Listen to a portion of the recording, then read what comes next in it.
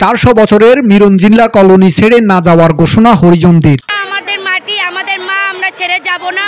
রক্তে যখন হামলা করেছেন, রক্ত বের হচ্ছে, রক্ত দিলে রক্ত দিব, কিন্তু এক ফুটা আমরা আমাদের মাটি দিব না। আমরা এই মিরন জিল্লা ছাড়বো না। মিরন জিল্লা আমাদের নামে স্থায়ী করে দিতে হবে। আমার মাটি, আমার মা, ছেড়ে যাব না। আমার মাটি, আমার মা, ছেড়ে যাব না। মিরন জিল্লার বাসিন্দারা, মিরন জিল্লার মালিক কারা, মিরন জিল্লার বাসিন্দারা। প্রায় 400 বছরের পুরনো রাজধানীর বংশালে মিরন জিল্লা হরিজন কলোনিতে ঢাকা দক্ষিণ সিটি কর্পোরেশনের উচ্ছেদ অভিযানে বাধা দিতে গিয়ে হামলার ঘটনার প্রতিবাদে বিক্ষোভ সমাবেশ করেছে বাসিন্দারা। আমরা রক্ত দিতে রাজি, বাটায় মাটি ছাড়তে রাজি না।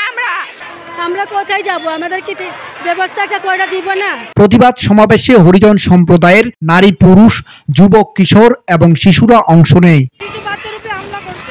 এই যে আওয়ালে গুন্ডারা আওয়ালে সন্ত্রাস নিয়ে আইছিল, আওয়াল কাউন্সিলর আওয়াল যে বক্তব্য দিতে আমি নাই, ও নিজে ওই জায়গায় ছিল।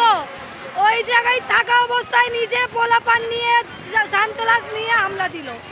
13 জুলাই শনিবার দুপুর 2টায় জাতীয় প্রেস ক্লাবের সামনে মিরন জিল্লা ছাত্র যুব ঐক্য এর উদ্যোগে এই বিক্ষোভ সমাবেশ অনুষ্ঠিত হয়।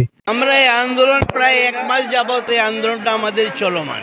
আমরা এদেশের নাগরিক, আমাদের এখানে কোনো ভূমি নেই।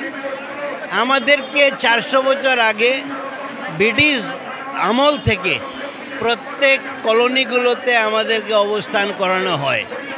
সেই জমিতেই আমরা 4 পুরুষ জন্মগ্রহণ করছি এবং মৃত্যুবরণ করছি, কিন্তু আমরা কখনো বলতে পারিনি যে এই জমিটা আমার বা এই ভূমিটা আমার, কারণ এই ভূমিতে আমরাই ছিলাম।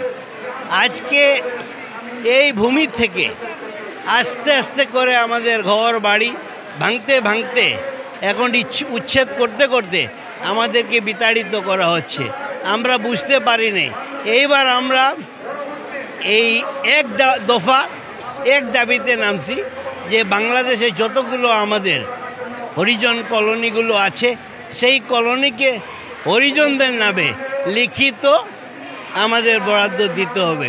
এ সময় তারা হামলাকারীদের গ্রেপ্তার, কাউন্সিলর আউয়াল হোসেনের দায়েরকৃত মামলা প্রত্যাহার এবং মেয়র কর্তৃক মিরন জিল্লার ছাত্র যুবকদের বিরুদ্ধে মিথ্যা বিদ্বেষমূলক বক্তব্য প্রত্যাহারের দাবি জানান। আর এই উচ্ছেদ অনতি বিলম্বে বন্ধ করতে হবে এবং যেই মামলাগুলো করা হয়েছে সেই মামলাটাকে অবশ্যই প্রত্যাহার করে। সবাই বক্তারা মিরন জিল্লার 400 বছরের পুরনো বসতি উচ্ছেদের সকল পরিকল্পনা স্থায়ীভাবে বন্ধ এবং জমির মালিকানা মিরন জিল্লা বাসিন্দাদের নামে দলিল করে দেওয়ার আহ্বান জানায়। আগামী দিন কেউ যেন সাহস না পায়, আমরা উচ্চ আদালতে লড়াই করব, রাজপথে লড়াই করব।